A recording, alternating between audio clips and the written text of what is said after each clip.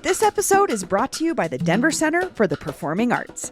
A beloved Denver tradition, DCPA's production of A Christmas Carol is a holiday classic and an essential must-see for the holiday season. Broadway World calls the show, quote, a splendidly festive tradition for the whole family that illuminates the meaning of the holiday season in a way that has resonated for generations. A Christmas Carol is on stage now through December 24th at DCPA's Wolf Theater. Tickets available at denvercenter.org. That's denvercenter.org.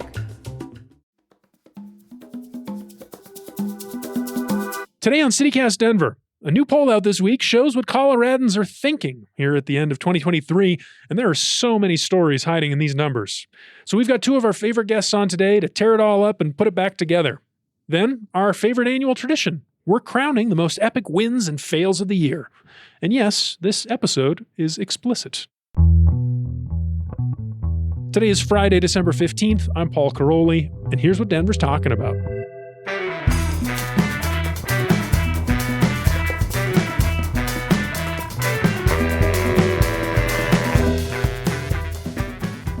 Welcome back to CityCast Denver, the show about the city where it's beginning to feel a lot like time to fight about snow removal.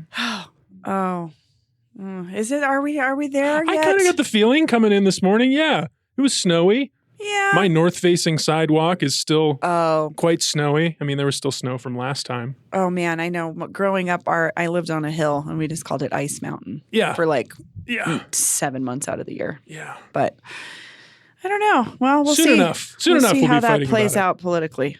So Bree Davies is here. We're in the 5280 Magazine studios. It's Friday. We have a couple of great guests joining us today. Returning favorites to help us with a favorite holiday tradition later in the show.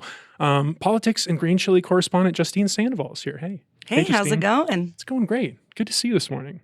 Also joining us, stand-up comic / co-chair of the Denver American Indian Commission / sometimes the guy in the gorilla suit at Casa Bonita, Joshua Emerson. Pig. How dare you? All right. First of all, we don't have the rights to it. Okay. Oh, you don't? Yeah. Well, it's not the old gorilla for those of us old school people. It looks a lot like Man-Bear Pig. I think you're talking about, so the name of the gorilla, all right, is Moko. The mother is Nikita. That's who you're talking about. Yeah. Sometimes I do dress up as a gorilla, and that's how I pay rent. So shout out. Moko. Okay. It's the coolest job. When you told me that, the fact that they don't have the rights to Man-Bear Pig, but now people are calling it Man-Bear Pig, the guy in Casa Bonita is like crazy that happened. And then we have to actively what are you talking about? That's 3 different animals. Are you drinking too much? We get trained on how to navigate. How do they not have they are South Park. How do they not have I know. Corporate America and art. Ugh. Also, why would you make the costume look like Man-Bear Pig? You know what I mean? At that point. Exactly. I'm just sitting here in complete fascination by all this information. I'm like, what? About CB? Have you been to Casa Bonita? I have finally went. Okay. And what's your review? My review was, it looked the same as when I was a kid. So I was trying to figure out what I guess it was a $40 million steam cleaning, basically, because the floor is not sticky anymore. And it really made me think there was a lot wrong with that building.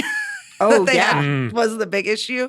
But yeah, it brought back all the same memories, the same feels. It smelled the same as you walk in. So. The food? You like the food? It was better. That's what everybody says. Yeah. Better. It was edible. It was better. I mean, but again, you don't go for the food. Yeah. You know? Would have been nice if you could. Yeah, but again, it's for children mostly. I don't remember ever caring about it as a kid. Do you? I rarely. No, well, my mom always complained really hard about it. We have to eat there, though. It's so nasty. So that as is a the kid, upgrade. you got fried, the fried foods, so the chicken tenders are safe. Yeah. I did get the piñata plate, though. Anyway. Okay. We're going to be talking about Casa Bonita more We are. later in the show. We'll leave it there for now. Let's move into our top story. Something of a follow-up to a show we made a few months ago. I talked to Westward editor Patty Calhoun about this new polling company based here, Colorado Polling Institute. They had done some local issues polls. Now they have a new statewide poll, and it's got a whole bunch of really interesting numbers about what Coloradans think. I love this stuff. Do you all love this stuff, Justine? You're a politics person. Oh, yeah. We love polls. It's the best, right? Yeah. It's like you get to know what people think. Gives you purpose, you know? Not all polls. Depends on who's Depends on putting the out the result poll. of the data. Yeah. We like some more than others. That's my favorite thing about polls is that you get to see the biases of different people. Like, what are they pulling out from the data to try to extrapolate? Because statistics are statistics, but people like to manipulate them, for their own gain you all can the time. shape them based on how you talk about them or how you ask people the questions in the first place. Well, let's do it right now. Let's do our own shaping. Here's the first takeaway from this poll. This is the question about whether or not Colorado is moving in the right direction. And so in this case, they found, polling statewide voters that people in Colorado are slightly optimistic about the direction of the state. 50% say that we're moving in the right direction. 43% we're on the wrong track, which is actually better than people said about Denver. Brie? Justine, what is this feels so vague to me. Moving in the right direction. As a person that looks at this from like a political analyst perspective, what are you looking at that for? Like what would be taken into consideration out of an answer like that? I think one thing would be like going forward as far as like state policy. Are our state legislature looking at things that are going to help improve quality of life, access to affordable housing, all of those? So the big things that they might take on in the legislature. Yeah, Okay. I think it could Is it popular or not? Yeah. Interesting. Okay. Yeah, this just felt so vague to me. I didn't know how to have feelings about it. I thought it was interesting that when you split it up between people that were born here, stable transplants, and then like actual transplants, all the optimism is coming from the transplants and the people that Fascinating. have been. Weird, huh? Is it weird though? That's what Denver's all about. People come with big dreams. You think you're going to find your future in Denver. That's what this place is. And then you live here for your whole life. Yeah. And you realize the dream is starting to die after you've been here forever and maybe stuck favorite here. restaurant closes. Your baby, yeah. Are you guys okay? Like, you guys need a hug? I'm glad you brought this up though, because it's like you and Paul are that side of it, and Justine and I are the old Denver side of it. And I don't know. Do you have the optimism, Brie? I don't know if I have. I feel like I'm just in the middle. It's like I don't know. I'm here. Yes, I'm not that's going how anywhere. I constantly feel. I'm just like Riding in the the middle wave. of all of it, changing Hoping it and gets happening. better. And I'm just here, and my family's been here for 5 generations, so I'm going to be here another generation, just figuring it out. So yeah, it's not as exciting as it once was. I can see though that feeling though. Like I lived in New York for a year, and I remember wandering around just like, oh my God, this is the greatest place I've ever been. Any kind of food I want, any band I want to see, any art, any art exhibition will come through New York. Wow. People are coming here with a dream. Yeah, so I get and it. a hope and a prayer. What I like my city is it. What I like about that is that even if y'all don't feel optimistic, you're also like, I'm also going to be part of the solution too. Like I'm here anyways. For sure. I'm going to try to make it better. What can we do to make it better? Yeah, for sure. We have cities change, things change, and you just if you don't have an optimistic view of it, it's like it's just going to be harder for you every day. Try to be. I like stable transplant, though. I've never heard that. That is a good term. I want that on a T-shirt for sure. Like we should make those. Definitely staying here. It's pretty good. I know people always tell me like, "Well, I moved here, but in like 1972," and I'm like, "Oh, I'm not talking about you. I love the caveats. I'm like, no, you're fine." My best friend's from LA, but she's been here for like 20 years, and she's always like, "I'm from here LA, but." Stable transplant. T-shirts coming soon. So you were talking about solutions. Here's a big problem we could use some solutions to: housing. They polled on this across the state, and quote, a stunning 63% of voters say they expect things to get worse in the future when it comes to Colorado being a good place to buy a home, including 33% who say much worse. Much worse. I mean, the data of the housing market bears that out to me. Anybody trying to buy. I was telling you yesterday, Paul, I have some friends that were like in the process buying a house. And then it was like, okay, wait, after interest rates, it's going to be twice as much as we're paying for our apartment, which is fine. So we'd rather not. But they really want to. It's just not financially viable. And I think that's the hard part when we talk about the transplant narrative too, is people do want to stay here. We don't make it very easy sometimes. Yeah. Yeah. So And the people that were able to get in during the last boom, like now there's this phenomenon happening where people got in at the low interest rates. And then even if they're like they're making more money or maybe moving forward in their careers, they don't want to leave because you got such a good situation and you're only going to get a worse interest rate on your next mortgage. that is my experience exactly. We bought our house in 2018. We've thought about, our family grew. We'd like a bigger house. We're not leaving that interest rate behind. Absolutely not. So we may never. We may never move. And then that also leaves that first-time home buyer option off the market because we have one of those lower-priced houses that probably would be more accessible to somebody. But yeah, the overarching problems of like just the housing supply, the construction costs, those aren't going away. Those are like long-term things. It's harder to build in this environment, and so it's going to stay expensive because people like to live here. totally. Joshua, here's one I want to ask you about. This is something they did that I thought this was like, wow, what a good idea. They made a distrust index. So they asked people like, which of these institutions do you trust the most? And across Colorado, the thing people trust the most, small businesses. I'm just going to go down the list. Small businesses is 1, election workers and ballot counters is number 2, local government, then state government, then journalists. That says a lot to me about who's made this poll. Yeah, what do you think? What do you think about that? People that don't like journalists. Yeah, like why are we even in the mix? There's only us and election workers, the only 2 Because jobs. there's narratives about journalists. I thought that was so stupid. I was just like, oh, who cares what who cares who distrusts journalists? But you trust your weird friend on Facebook that spreads like conspiracy theories? Okay. What about that guy? Are you saying it's like intellectualism? No, not intellectualism as much as just like it's the narrative that's been going on for especially in the Trump era. Like, don't trust journalists. Fake news. Right? Fake news, exactly. Right, And that's where the root of that question is to me. Joshua, how do you feel about the distrust index? I was actually the one leading the charge on distrust in journalists. So this actually Perfect, because I was doing that for comedians. Oh, I was really? like, do you trust your local comedian? Okay, don't trust your local comedian, first of all right? We're not trustworthy. Don't tell my landlord. With this, it's kind of interesting, I would say. But it's also, I don't. One thing about polls and stuff like that, I just don't believe people. I'm a big fan of watching revealed preference, and basically you have to watch what people actually do. That's the strongest indicator of how people are going to act in the future. That's always been the case. And so when people say they distrust the federal government, I want to see what their actions say, or distrust journalists. Are they reading what you're writing? Who cares if they say they distrust you? They're reading what you're writing. Name one journalist. Name one. Bree Davies.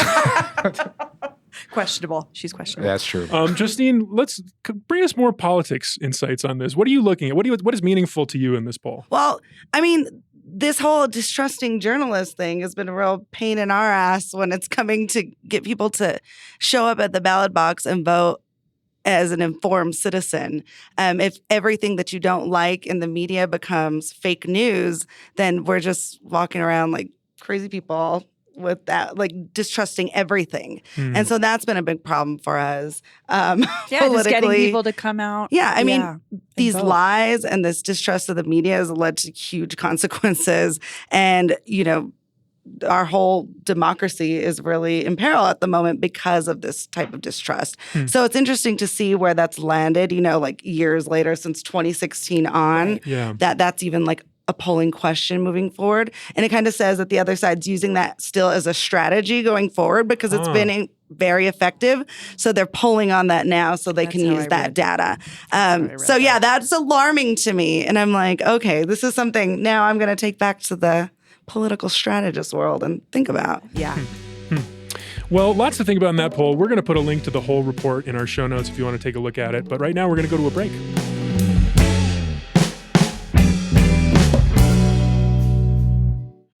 This episode is brought to you by the Colfax Avenue Business Improvement District. This holiday season, give the gift of local love with a bag of Colfax. Picture this, a gift bag filled with 4 to 6 hand-picked products from your favorite spots along Colfax Avenue. Places like the Learned Lemur, 303 Boards, and Balanced Root Apothecary, just to name a few. Want the VIP experience? Upgrade to the VIP bag, and your goodies will come packed in a durable tote made from upcycled material from vintage Colfax street banners. How cool is that? While the specific contents of the bags are a mystery, every single bag will have a locally made lavender-scented candle that celebrates Denver's queer cultural district, Lavender Hill. Every bag is completely customized. Tell the Colfax Ave team a bit about yourself or the lucky recipient at checkout, and they'll handpick items that they know you'll love. Love surprises? Leave the preferences box blank and embrace the mystery. Head to colfaxave.com to grab your bag of Colfax today. This episode is brought to you by the Museum of Illusions, Denver. Located on the 16th Street Mall at Curtis Street, this museum has over 60 mind-bending illusions that will play with your perceptions and engage your brain. Combining education and entertainment with hyperlocal exhibits, guests can take photos inside a moving tunnel and enter a gravity-defying RTD light rail car. And this holiday season, the Museum of Illusions is bringing Santa. He will be at the museum on December 18th and 19th from 10 a.m. to 2 p.m. to take photos with families and kids. This special event will be included in the price of a regular admission to the museum, and the museum expects to sell out, so don't wait to reserve your tickets. Tickets for specific dates and time slots can be purchased at moidenver.com. That's moidenver.com. All right, and we're back. Here we are. It's time to do it. Our favorite annual tradition, wins and fails of the year. The Rocky Mountain highs and lows of 2023 here in Denver. Things that were great, the people did great, big wins, big fails, face plants, flops. What are they? Who's going to get the title? Biggest fail of the year. I wouldn't want it, personally. No, I wouldn't. Oh, you think you're in the We're running? going to settle it. Could be. I'm on the list. What'd you do? I mean, not high on the list. I don't know. I'm sure I did Well, some name stuff one thing. wrong. Name one thing.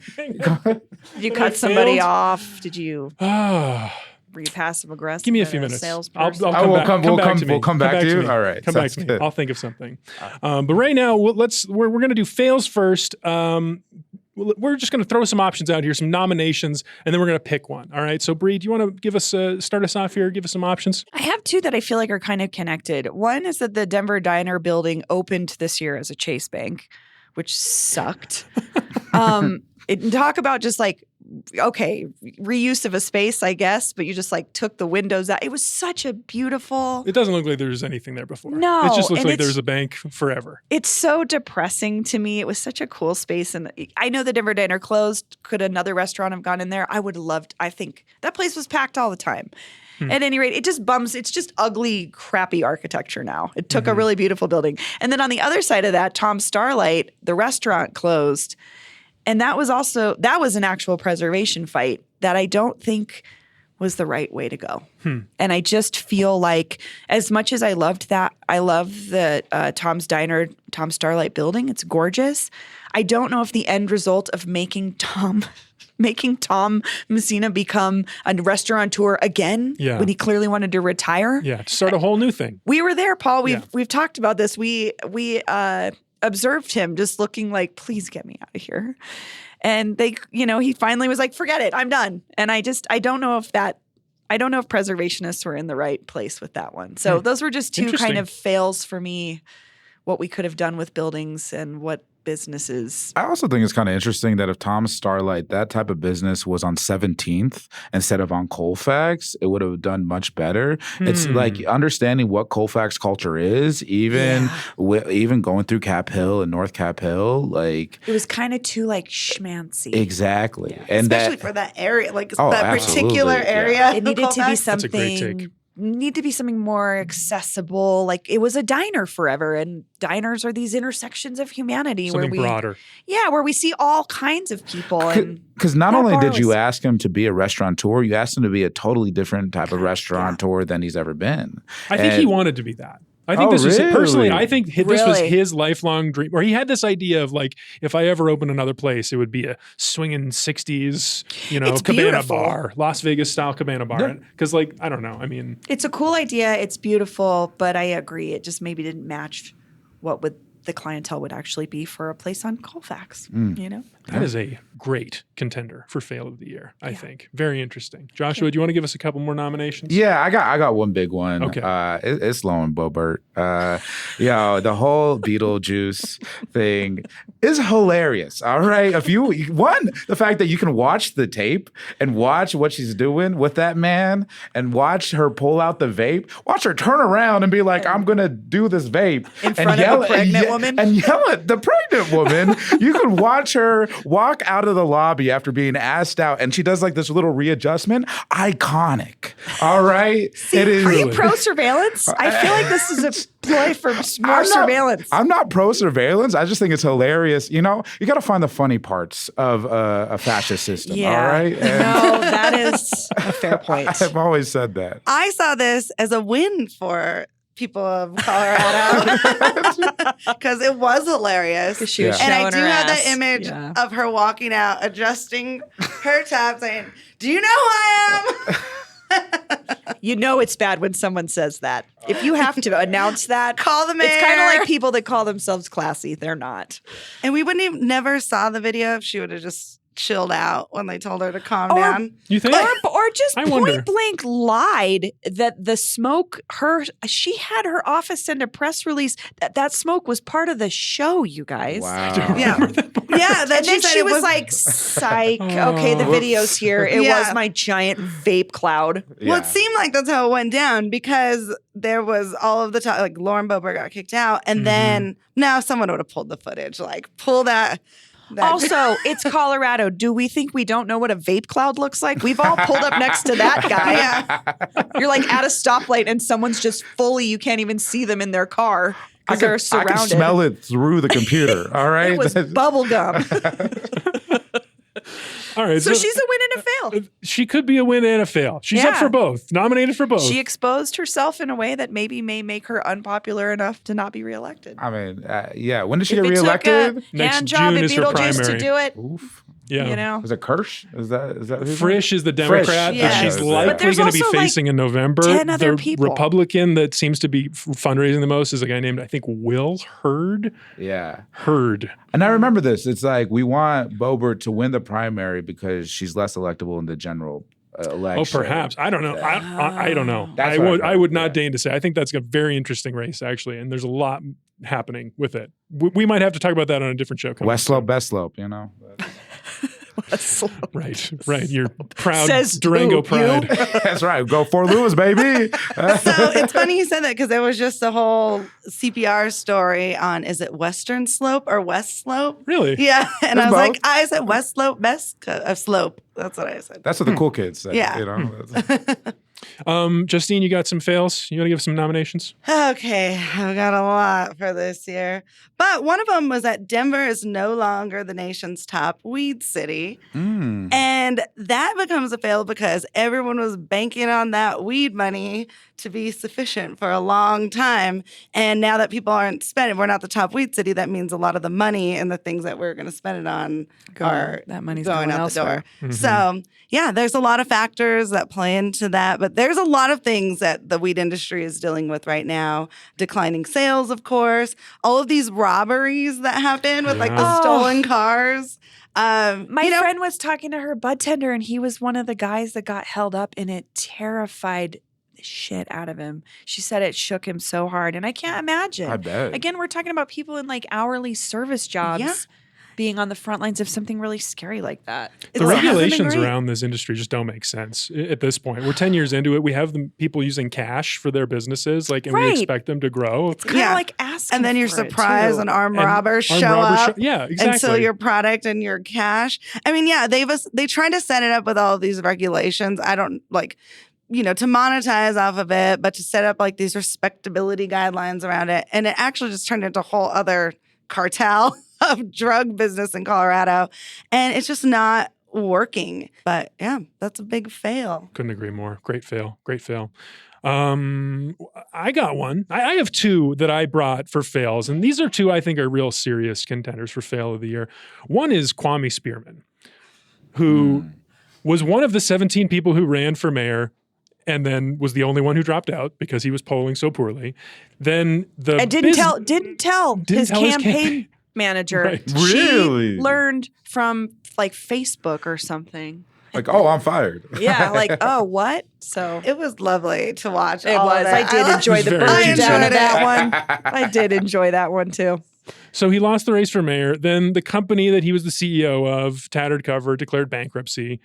And then he ran for school board and lost. So that's 3 big losses. They all add up to perhaps the fail of the year. That's impressive, like the range of failure throughout this year in particular. In one calendar year. I mean, to run for 2 different offices and lose both of them, and to also put one of the most, like the favorite institution of Tattered Cover into bankruptcy. Now, I don't think that one's all his fault, but he definitely played a part. Yeah. Well, when you're going to be the loudest voice as the representative of it, people are going to look at you when that stuff happens. Yeah, and he ran know? for You can't office, just and the get whole good. lawsuit thing came out with him being like abusive to employees. So that image of the Tattered Cover shutting down is like connected with him. Tattered Cover closing locations was one of my contenders for really? fails. Yeah. Okay. But you packaged up nicely with it being a whole Kwame thing. Yeah, it fits. What else you got, Justine? What else? Yeah. For other fails, Yeah. let's see. I had one that really stuck out to me, and it's an overall like theme throughout the year, was gun violence.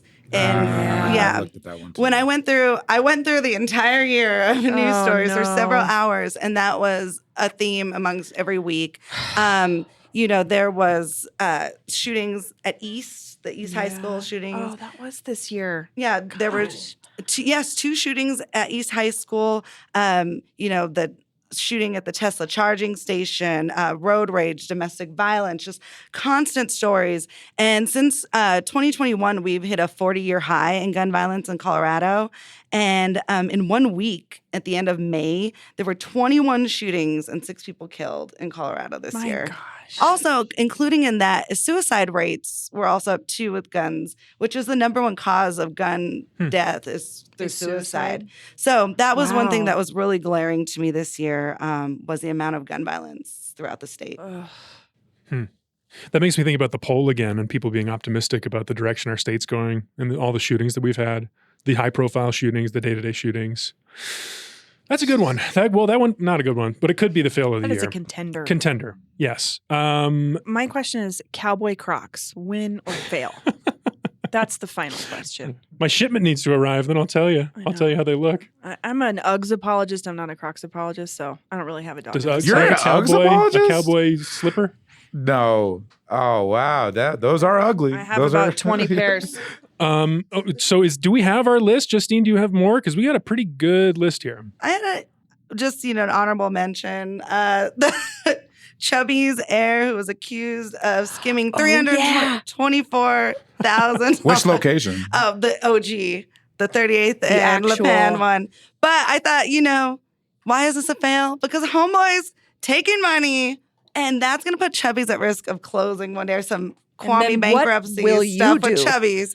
And then what will us hungry Northsiders do at 10 p.m. on a Thursday night when you have No, the I'm with munchies? you.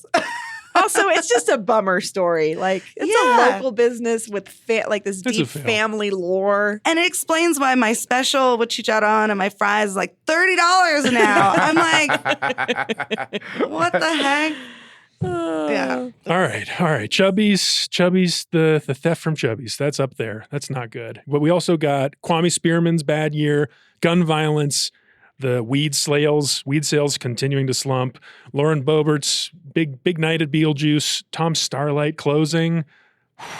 That's a good one. gnarly list right there. We're going to get to some wins too. I found wins much easier personally, although again, back to the poll. And then the Denver Diner building as a Chase Bank. That's kind of just part of the Tom's Diner, or Tom Starlight is more the subject of should we preserve everything this way? Oh. I know that's a touchy subject for folks, but Well, Lauren Boebert is up there for me. Yeah.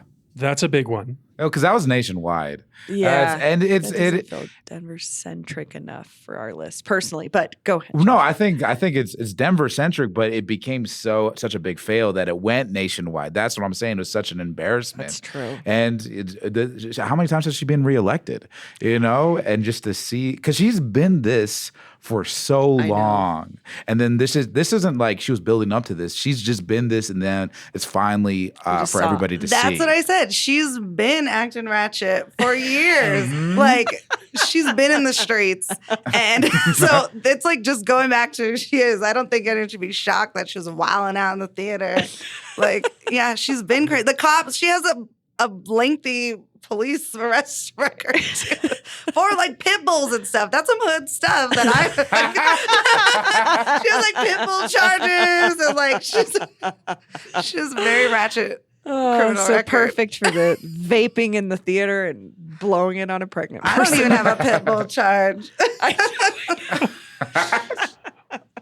Bree, where are you leaning here? I don't know. Bobert, They're all Kwame. so good. Kwame to me is very Denver-centric because it includes so many institutions of, the government. He touched a lot. So many ways. Tattered cover. You failed in Denver.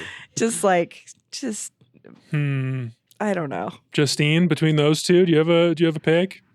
I like Kwame personally because it's kind of personal. Yeah, on like a feels Denver little level. personal. And like I said, the Bobert thing to me is a win because it's hilarious. It's a gift that keeps on giving. Well, I think that's it then. Kwame Spearman's big year, fail of the year. Fail of the year. CityCast Denver's fail of the year 2023 goes to Kwame Spearman. Oof. Sorry, Kwame. Rough. I believe rough in you. one. I think you're going to have a better 2024. We're going to take one more quick break and we'll be back with the good stuff. Wins of the year. All right, and we're back.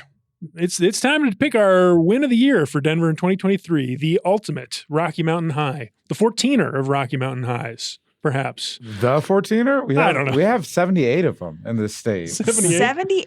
I just made mountains up that keep getting number. taller. Don't I was Google like, that. don't keep 70. That's funny because when I was looking for stories, there was an article in the Post that said, why aren't as many people climbing 14ers anymore? And I was like, that's such a Colorado I know. question. What We a need to find out. problem. Why are so many people climbing 14ers? That's a real Why question. were there so many in the first place is what we should be asking. Seriously. So maybe for this one, can I just seed the pot? Because I got a bunch of wins. Wow. Tell me what's interesting here. I'm going to throw a bunch at the wall. Car theft turnaround happened this year in Denver. Our car thefts went way down after being a huge problem 2 years ago. Now, why that happened? Very complicated story. We got a lot of responses to that episode we did last week. Yeah. But it did happen, and that's a win. Quick Trip. Denverites fell in love with Quick Trip this year. Free gas. Not cheap gas. That's what they sorry. did. Like free gas. They didn't know, give it's free like- gas. They offered cheap gas. Yeah, the got smiles are excited free, about though, okay? Chain gas station? I Quick think so. Trip. Quick Trip's the best. All right, how dare you? Okay. Okay, it's People just love like- it. I know. I it's haven't just heard a like bad people word. with the weird Download the bucket. King Supers app. Thank you. And they'll give you all of these points. I just paid $35 to fill up. You I see- know. I go down to the one in Bear Valley for that reason. 'cause No, the you King go Soopers gas inside station's Quick cheaper. Trip. All right, you get treated nicely. They're very quick. They're very nice. People that used to work there in Phoenix, 7 years ago, the best people in the world. Okay, that's Shout out to the Quick Trip employees. Joshua knows. Okay. My other option here, this is a big one, I think is a real contender, is a 6-way tie for the Colorado, Denver, Boulder, Aspen, and Vail tourism boards for paying Michelin to come to Colorado. oh God. great. And then- Is that a win? Great. Kelly Whitaker for being the only restaurateur to win 2 stars for 2 of his restaurants, Bruto and Wolf's Taylor. I think that's a win for Kelly Whitaker. Why don't you think Okay. it's a win? I was like, I feel like Michelin just played us. They were like, oh, sure. Just pay us all this money and we'll come. Psych, only one of you gets an award. Who I cares? agree because also? I had it on the win list originally, Mhm. but then I thought about it. I read all of that stuff and I was like, this is weird and I This don't feels like understand pay to it. So I'm play. going to I take it don't- off. It is a little bit like that. I I think don't- it's a net good personally, but I think there is a little bit of that. Yeah. Anyway, maybe that one's not so much of a contender. Last one is just Mike Johnston. This is the mayoral race. I think it's an obvious answer, but he beat 16 people to be our new mayor.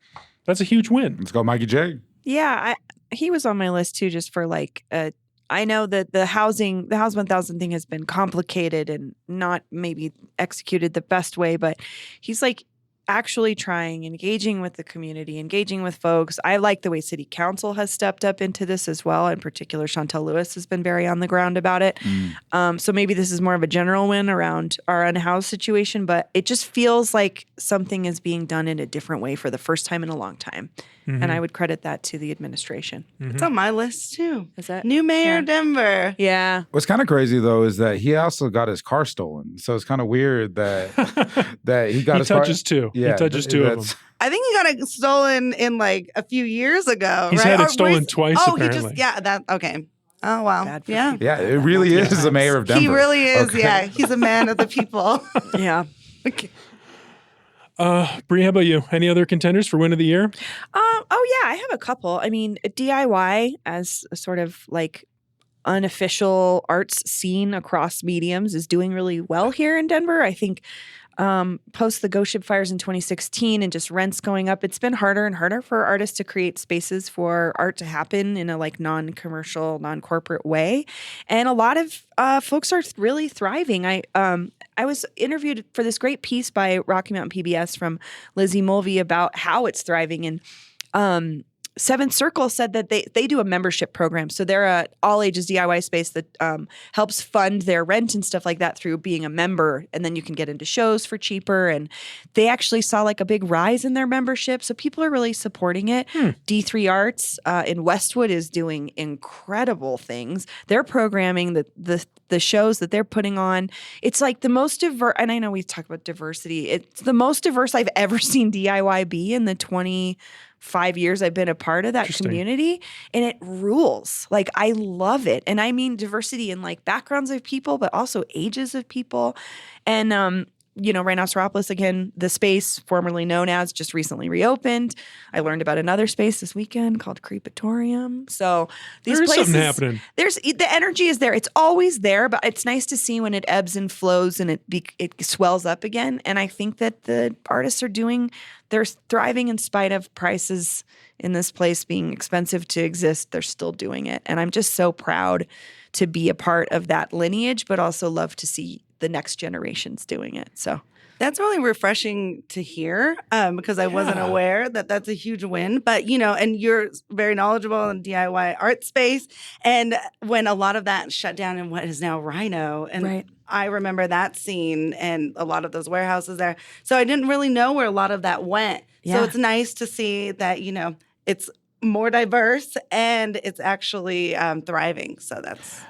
Also, even just the institutions getting DIY people as a part in doing projects. Totally. Untitled at the Denver Art Museum is so cool now seeing not only just the two featured artists, but all the other artists that they're bringing along, seeing what they create together just for a single night. And then, MCA has always been so good about using the holiday space, using just the exhibition space, who they bring in.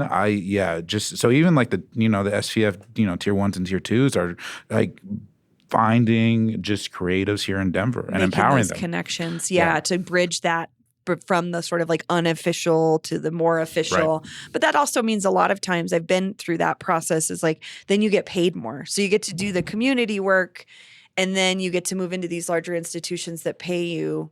I don't know. It's interesting to watch the economics of that, but I agree with you. I think that Denver's really unique and we have a lot of institutions that support that level of artist. Yeah, shout out Redline real quick too. I always forgot about that. Yeah. Redline kind of set the precedence for 100%. That too. They initially from opening have worked with artists in the community directly. So we win for art from every scale, DIY and up, but especially DIY. Good job, y'all.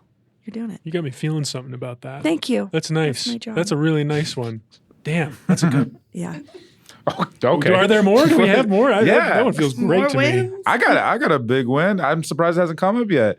The Denver Nuggets won the NBA championship. First time in franchise history. Yes. Let's go. Our Aaron Gordon was in the street with his top popped, all right, because of how euphoric he felt. Man, people, I don't know if you saw the photos. It was like a Messiah figure walking. People just trying to touch his pectorals. Part the crowd. And my friend Karma was like in the street, like filming with him. Like, you're not going to believe what I'm seeing. Yeah, Nuggets, that is like the most important thing to happen. It is the most awesome thing to happen to the city this year. Yeah. I mean, it's because also, as someone who grew up here, basketball was always really accessible. Like, as a DPS student, they always gave us free tickets. Those are free games. The Nuggets always came to our school. They would stay in school gyms. So a lot of us grew up being able to go to those games and see the Nuggets and never see a championship. So it was good all around. Like you said, people are in the streets. We love it when people are in the streets in Lodo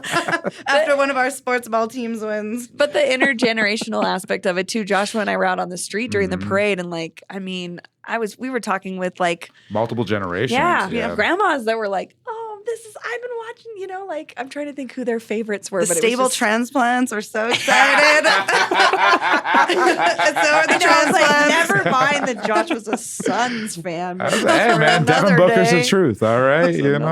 I was in the building, too, for Game 5 and just seeing, I was right next to where the confetti shot off. And so it's going to be with me the rest of my life. And I love Denver because of it. That energy, you can't replicate. You just it's hard to even describe when you're experiencing. Okay, so the Nuggets, that's a huge one.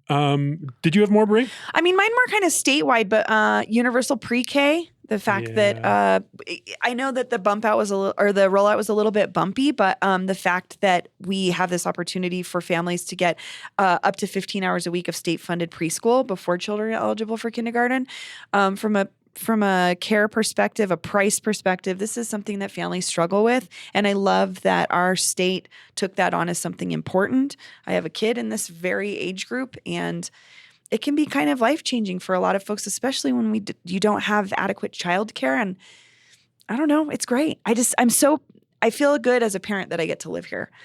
And then another sort of legislative one was just the further codifying of abortion access and gender-affirming care. We know it exists here, but our governor and other lawmakers have taken more steps to make sure that it's safe for folks even coming from out of state. We're trying to protect folks coming out of state. That's how much we want to provide that both of those types of care. And man, that's another reason I think I'd probably ever debate living anywhere else. It's important. That reflects my values, And as a person that's needed abortion access and had no strings around that, and it saved my life, and it helped me be on the trajectory I am today. And I just want other people to have those opportunities. So beautiful. I love it. Beautiful. Yours have been so uplifting. I was trying to go for good wins, I don't know. Justine, you got some good wins? Let's see. What else I have on my list? Oh, free transit for people under 18, which we had our 2 months of free transit for everybody. That was statewide from a national grant and from local money that was allocated for this project. And then after August, it was free for anybody under 18, which is great for equity. So many students use public transportation to get to school every day. That takes out any complication of having to get a pass or any of the deals that were worked out with DPS. That's done. And, there's a lot of talk about who should ride the bus for free, because we've talked about free transit, but then you're like, DTC, eco-chic people aren't paying, and we're like, is this equitable? But who should get free rides? Kids, duh. So it makes sense, and it benefits Coloradans as a whole. So I think that is a great first step, especially as we're talking about climate change and using more public transportation. That was a win. All right, so I've got so far, unless anyone has I have any. one you more. have one more? I have one Joshua, more. give us more. Yeah, you guys keep giving me the big ones. Yeah, Casa Bonita. Bought by I knew we were going to talk about Matt it. and Trey. The South Park. It's one of the biggest institutions in entertainment. It's been around for 2 decades. Casa Bonita. The mantra is change nothing, improve everything. You go in there. It smells good. All right. It smells like it should. Yeah, right. One of the divers, they were in Japan last year. They got 14th in the world at the Olympics. So when you're talking about friggin' divers, so talented, world-class divers, we ain't lying. It really is world class. No, the entertainment definitely. I mean, it was. At first, I was like, "Oh, the best part was it was kind of corny and kind of shitty, But now, when we went this last time, we saw Sorcerer, the magician. Holy insanely shit. mysterious. So good, but such an up. This is we got top tier entertainment now. Yeah. I love it. Yeah, there's a difference between corny and camp, and you can do camp really, really well, and it's so fun to be a part of. And also, no disrespect to our young divers of the past. I know plenty of folks that was a high school job. It was a great high school job, but I would say with the amount of upgrades they needed to upgrade the entertainment, and they did. It's great. Oh yeah, and that was also on my list because of course that and the nuggets to me were two of the most like Denver OG things that happened. And even though it's technically in Lake Hood, it's still Denver. We still claim it. We'd like to skip over the fact that Casa Bonita's in Lakewood. Yeah, that is a great shopping center, by the way. Too, they have everything that I would They got a need. Funko Pop store. Oh, they do? For all your Funko Pop needs. Yeah, I They walked closed through down there the once. Arby's. There's though, no so I'm magic so store sad. anymore. Yeah, So, there's a comedy show at Westfax Brewing. All right. Yeah. When are you going to start doing comedy shows inside of Casa Bonita? Are you working preach on it to the choir. You know, all right. Yeah. So the Sorcerer, where they do Sorcerer, I think it'd be beautiful Oh, for a it's comedy. a It'd be great. perfect club. Yeah, it's beautiful. It's a great room. All right, so before we crown Casa Bonita, we have to. We got some listener nominations as well. Casa Bonita came up on both sides. Wow. So, as a Spicy. counterpoint here, I thought I might read a message we got from a listener, Kenny M. from Cheeseman. Oh, hey, Kenny. Kenny writes, Denver's biggest fail is the reopening of Casa Bonita. I understand how it would take at least a few months to adjust to the remodel and operations, so the email waitlist made sense. However, it has been 7 months and a year out from the exciting announcement video, and the drawn-out full reopen feels like a pandemic-era delay. I know many people have attended Casa Bonita, and no one is talking about it, which I would dispute. The reopening was a prominent opportunity for Denver, but Casa Bonita is like an afterthought. Why have that national press coverage if tourists can't attend? Its cultural impact feels diminished. Fair points here, Kenny. Yeah. Fair points. The access part is annoying. Yeah, For I've sure. only The got to labor go because I part. went to a private fundraiser. My lottery number still has not come up. So unless I had went to that private fundraiser, I would not have been there yet. The lottery gets decided on Sunday, so if you should just look on Sunday to see if you get the email, and if it's not on Sunday, then you got to wait another week to see if you get. And it's not by first come first serve; it's fully lottery. And so there's some people that also game the system. They have like 7 emails in I there. tried that. It didn't work. Well, Yeah.